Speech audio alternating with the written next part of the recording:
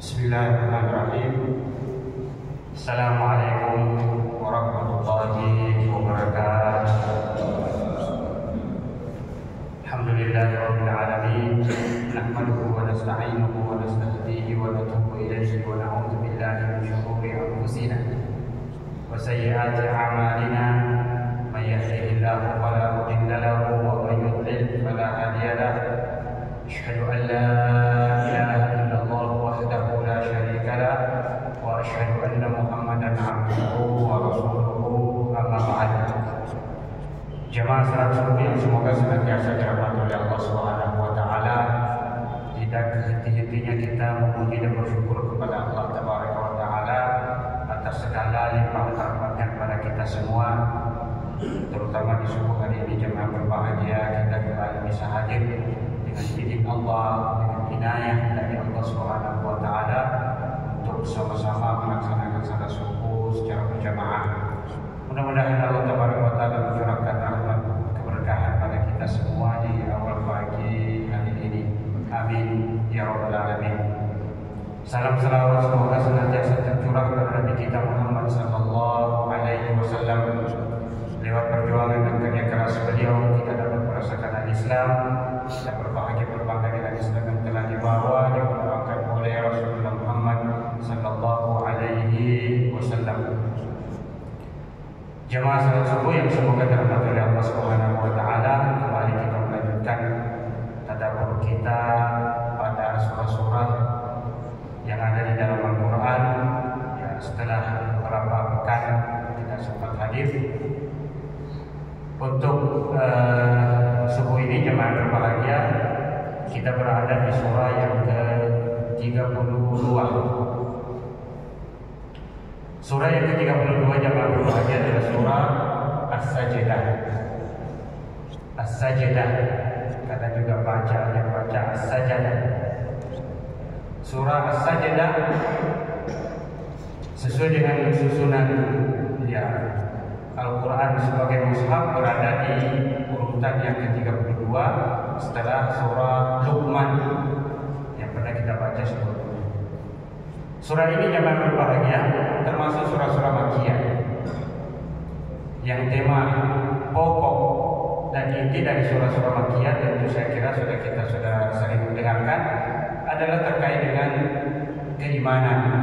Bagaimana beriman kepada Allah, beriman kepada Al-Quran, mengimani Rasulullah SAW, mengimani akan adanya hari kemudian. Termasuk tema-tema surah ini itu juga disampaikan, kita baca ya hal-hal demikian. Jumlah ayat 30 ayat ya, termasuk ya surah pendek ya, 30 ayat. Kalau kita buka 3 halaman atau 1 lembar setengah. Dan yang saya kira jemaah berbahagia, surah ini sudah sangat masyhur di kalangan kita dan mungkin hampir dari semua kita hafal karena hampir ya di setiap subuh Jumat kita dengarkan, kita baca, imam kita membacakan surah ini melalui salat subuh kita.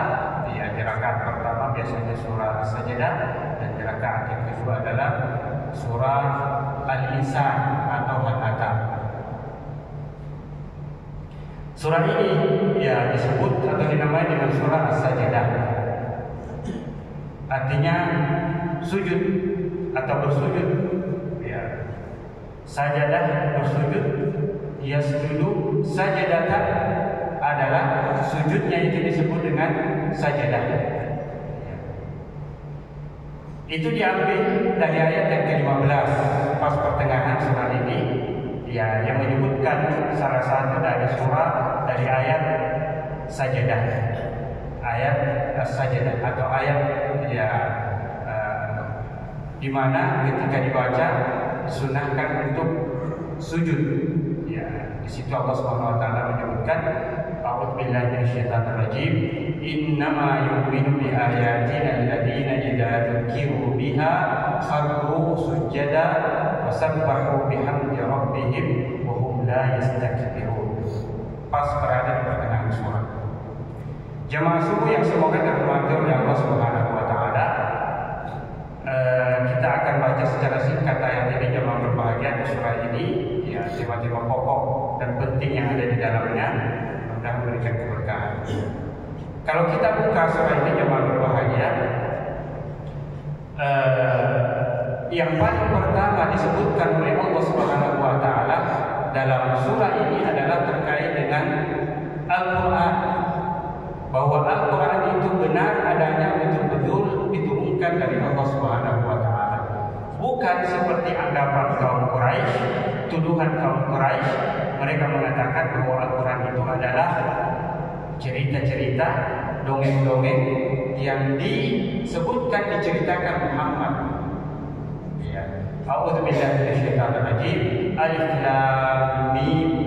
Tanzilul kitabi la raiba fihi min rabbil alamin. Ayat ini atau surah ini juga termasuk surah-surah dari 29 surah yang dimulai dengan ayat-ayat muqatta'ah atau huruf-huruf hijaiyah. Alif lam mim, alif lam ra, dan seterusnya.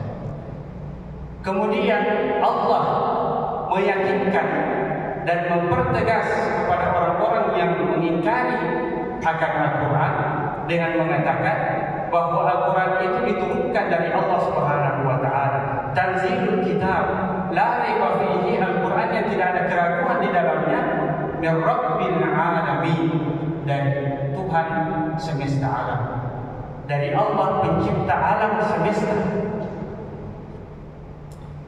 Bukan seperti anggapan orang-orang musyrik kafir Quraisy yang mengatakan bahwa apa yang dianggap Muhammad itu sebagai Al-Quran, sebagai kitab yang diberikan kepadanya untuk disampaikan kepada manusia, itu adalah kebohongan.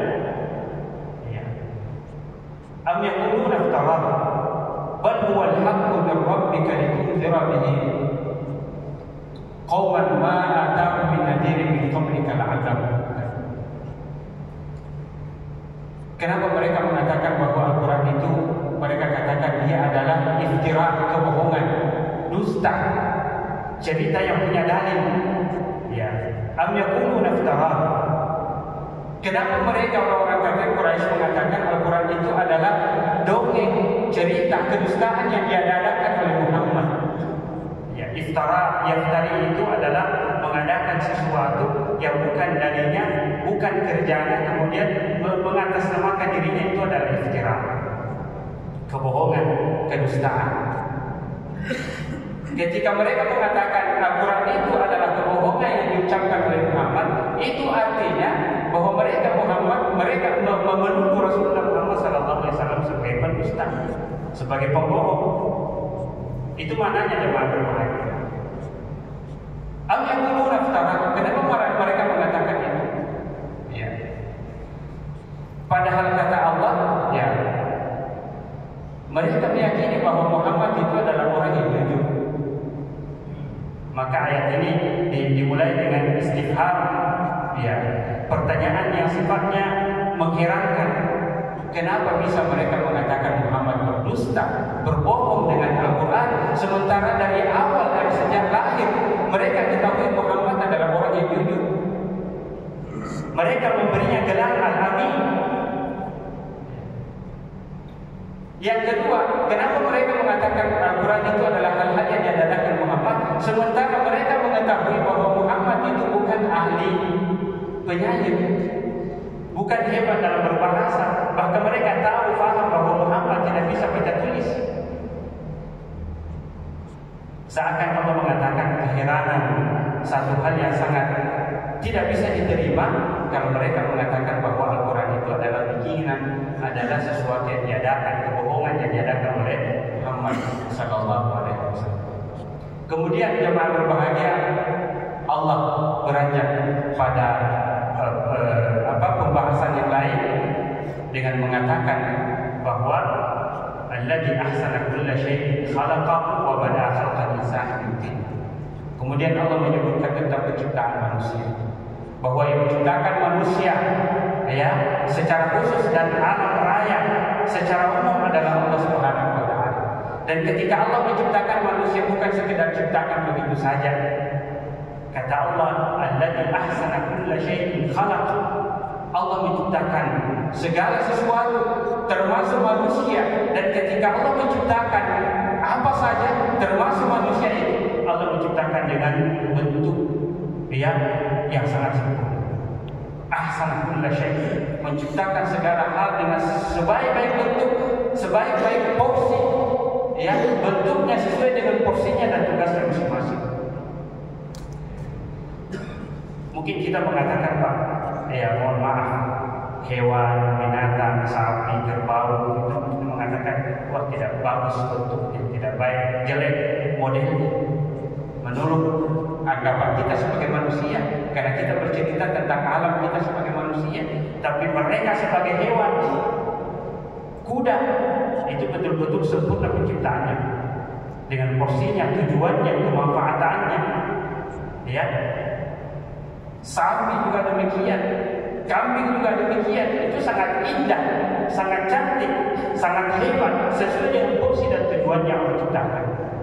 Apalagi bercerita tentang alam raya, bulan, bintang, sempurna ciptaannya. Maka Allah katakan dalam surat Tabarak, bahkan kalau engkau mengulangi pandanganmu, melihat terus-menerus, lihat, perhatikan, tutup matamu, lihat lagi, engkau akan mengatakan tidak ada yang sia-sia, tidak ada yang jelek, tidak ada kekurangan dari apa yang Allah telah ciptakan. Apalagi manusia kalau tidak disebut. Berdiri bagi cermin sebentar, kita pulang, lihat wajah kita, lihat mata kita, alis kita, hidung kita, sempurna sekali. Alladzi ahsana kulla syai'in khalaqahu wa bada'a khalqal insani min tin. Kemudian Allah menyebutkan bahwa manusia pertama kali Nabi Adam alaihissalam diciptakan dari tanah. Manusia pertama diciptakan dari tanah, kata Allah Subhanahu wa taala, Nabi Adam alaihissalam, dan itu banyak disebutkan dalam ayat. Lalu kemudian waja'ala naslahu bi sulalatin min tin. Lalu kemudian turunannya Adam alaihissalam diciptakan dari saripati air mani yang hina. Seakan Allah mengatakan, kenapa engkau sombong, wahai manusia? Kenapa engkau angkuh, wahai manusia, sampai engkau tidak mau menyembah kepada Tuhan? Kemudian jemaah berbahagia, Allah menyebutkan bahwa ternyata setelah Allah sampaikan tentang Al-Quran, tentang ciptaan manusia, masih ada manusia yang angkuh, sombong, menantang, dan tidak mau mengimani bahwa Allah adalah pencipta. Bahkan tidak mau mengimani bahwa setelah kematian ada kehidupan kembali. Ada yang disebut dengan hari yaumul din, yaumul jaza, yaumul hisab. Wa qalu idza dhalalna fil ardi inna la fi khalqin jadid. Mereka mengatakan, apakah kita kalau sudah mati, apalagi sudah 1000 tahun, 100 tahun, sudah menjadi tulang belulang, dagingnya sudah ditaruh entah kemana, habis hancur dimakan ulat, bahkan tulang-tulangnya sudah rapuh. Inna la fi khalqin jadid. Adakah Tuhan Muhammad yang mampu menghidupkan kembali? Inna la fi khalqin jadid. Adakah yang mampu menghidupkan kita kembali, mengumpulkan tulang belulang itu, daging yang sudah hancur, sudah hilang entah kemana, sebagai manusia hidup kembali, apalagi untuk ditanyai? Allah menjawab, qul yatawaffakum malakul maut alladzi wukila bikum tsumma ila rabbikum turja'un. Allah menjawab, wahai manusia Quraisy, kamu akan dimatikan oleh malaikat yang diberi tugas malakul maut, yang disebut istilahkan dengan malaikat maut. Malaikat maut ukila bikum, yang telah diberikan tugas kepadanya. Qul yatawaffakum malakul maut alladzi ukila bikum tsumma ila rabbikum turja'un. Kemudian kepada Tuhan engkau akan dikembalikan semuanya, yang sering kita baca, inna lillahi wa inna ilaihi raji'un. Kemudian Allah menyebutkan jamaah berbahagia tentang hal kemudian, bahwa hari kemudian manusia akan diberi balasan.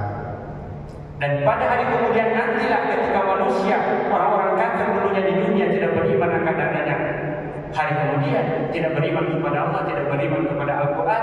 Pada hari kemudian ketika mereka melihat secara kasat mata huru hara kiamat, melihat huru hara kedahsyatan hari kiamat, melihat neraka, melihat siksa Allah Subhanahu wa taala, baru mereka sadar ternyata betul. Absarna wa samina farji'na na'mal salihan. Ya Allah, betul sekarang ini saya lihat, bukan sekedar dengar. Absarna, Maka Allah dahulukan kata melihat, bukan sekedar dengarkan ayat. Absarna, hari ini kami lihat kebenaran. Wasamina, bahkan dengarkan, lihat, samina. Farji'na na'mal salihan, kembalikan kami di dunia untuk melakukan amal baik. Jamaah subuh yang semoga dirahmati oleh Allah Subhanahu wa taala, saya singkat kemudian di pertengahan ayat ya Allah menyebutkan bahwa orang beriman itu kepada ayat-ayat Allah selalu sujud, selalu bersyukur, selalu tunduk. Bukan saja kepalanya tunduk, bukan saja kepalanya matanya tunduk sujud di saat dia membaca ayat tilawah, ayat sajadah, tetapi maknanya setiap saat, setiap waktu, di setiap momen dia selalu bersujud, dia selalu tunduk patuh taat pada perintah dan aturan Allah Subhanahu wa taala. Innama yu'minu bi ayatina alladziina idza tukiru biha kharru sujada wa sabbahu bihamdi rabbihim wa hum la yastakbirun. Sesungguhnya orang-orang yang beriman kepada ayat-ayat Allah, Al-Quran secara khusus dan ayat-ayat kauniyah secara umum. Alladziina idza tukiru, yaitu orang-orang yang apabila diingatkan, dibacakan, diingatkan kepada mereka dengan ayat-ayat itu, kharru sujada, mereka tersungkur sambil bersujud. Maknanya yang berbahagia di luas, bukan sekedar ketika orang baca itu dia bersujud, sunnah bersujud, tapi maknanya jauh lebih besar dan hebat daripada sekedar bersujud. Setiap waktu, setiap saat, setiap momen selalu taat, patuh, tunduk, yang takut pada Allah Subhanahu wa taala melalui melakukan perintah-perintah Allah dan menjauhi segala bentuk larangan Allah Subhanahu wa taala. Harus sujada wa sabbahu bihamdi rabbihim, dan selalu memuji, membersihkan nama Tuhannya, memuji Allah. Wa hum la yastakbirun, mereka tidak angkuh, mereka tidak sombong, mereka tidak menantang, mereka tidak melawan perintah Allah Subhanahu wa taala.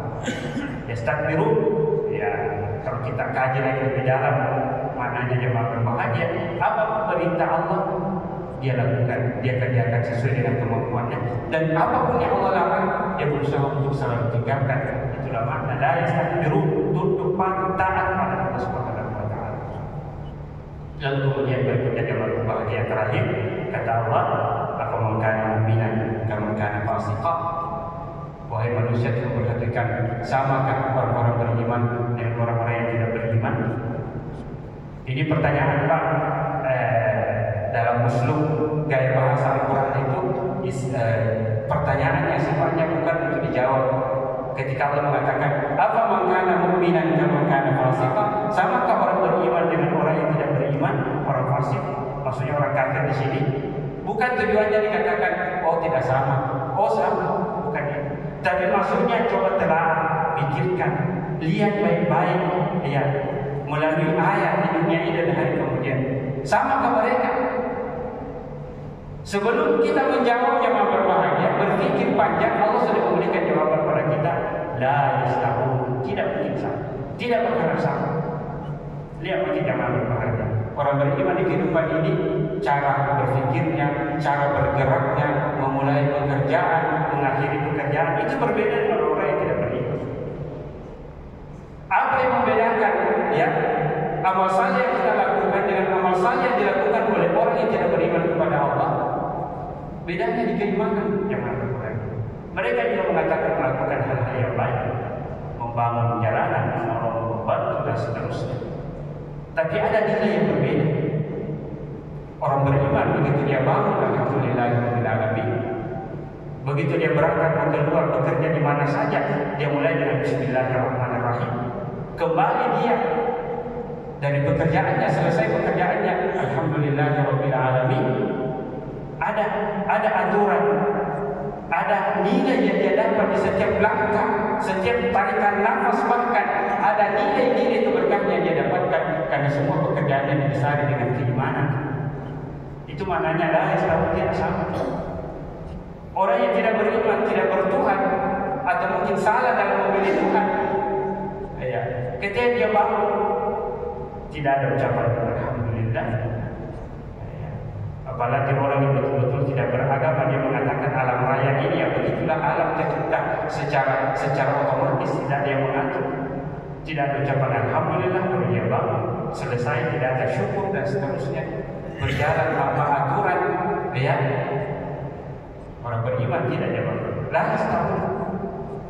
Dan Allah menetapkan, menggambarkan bahwa di dunia tidak sama, apalagi di hari kemudian. Kalau di dunia ini beda cara kerja, cara berpikir, cara berjalan mereka, apalagi di hari kemudian. Amal ladina amanu wa amilus shalihat falahum jannatun ma'wa nuzulan bima kanu ya'malun. Ada orang beriman di hari kemudian, Allah menggambarkan pada hari kemudian. Falahum jannatul ma'wa, jannatul ma'wa. Maka untuk mereka orang beriman di hari kemudian mereka punya surga-surga sebagai tempat kembali. Tempat kembalinya surga orang beriman. Tapi orang fasik, orang yang tidak beriman, wa amal ladina fasaqu fa ma'wahum nar. Kalimat yang hampir sama. Wa ma'wahumul jannah, tempat kembali mereka, falahumul jannatul ma'wa, surga tempat kembali. Tapi orang yang kafir, ya, wa amal ladina fasaqu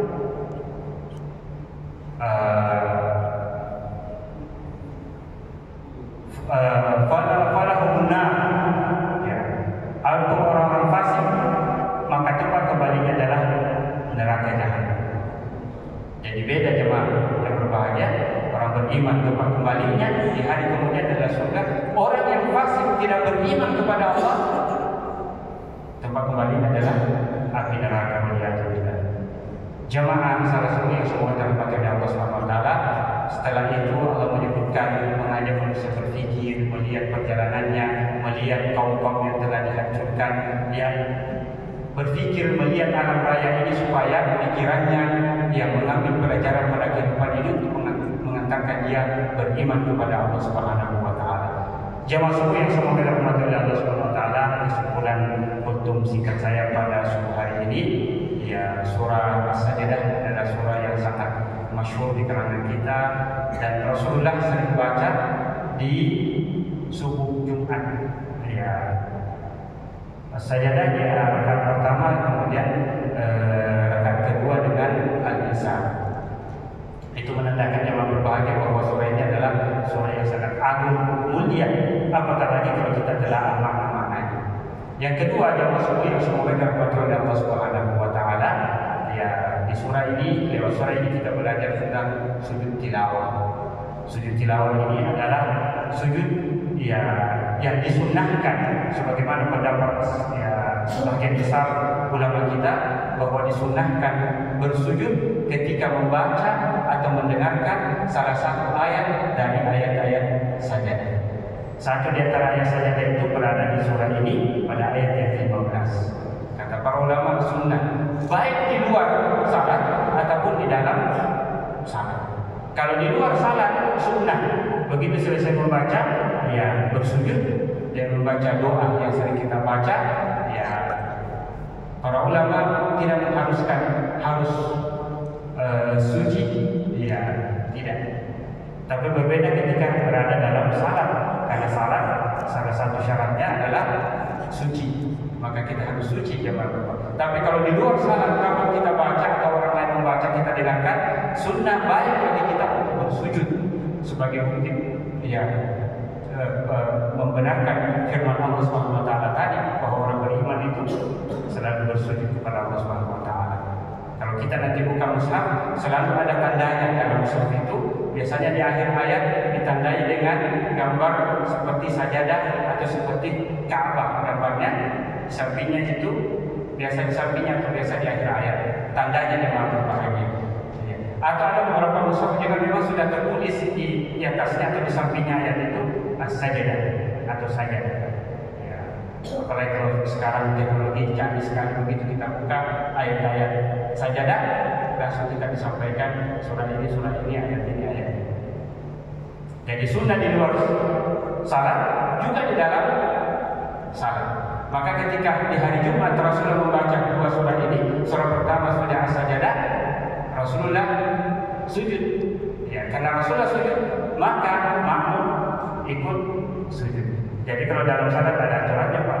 Kalau imam membaca dan imam sujud, ikuti kita. Tapi kalau imam tidak sujud, jangan kita sujud sendiri.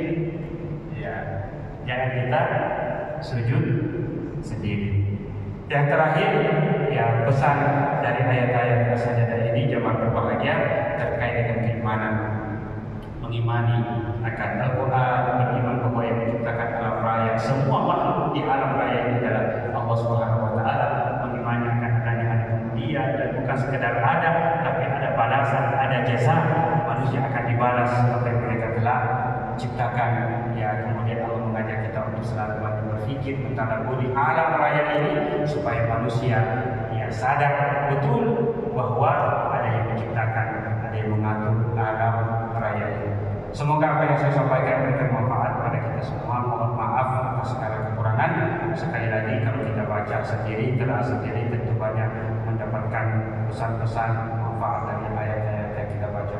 Mohon maaf atas segala kekurangan. Nafsi bitaqwallah. Assalamualaikum warahmatullahi wabarakatuh.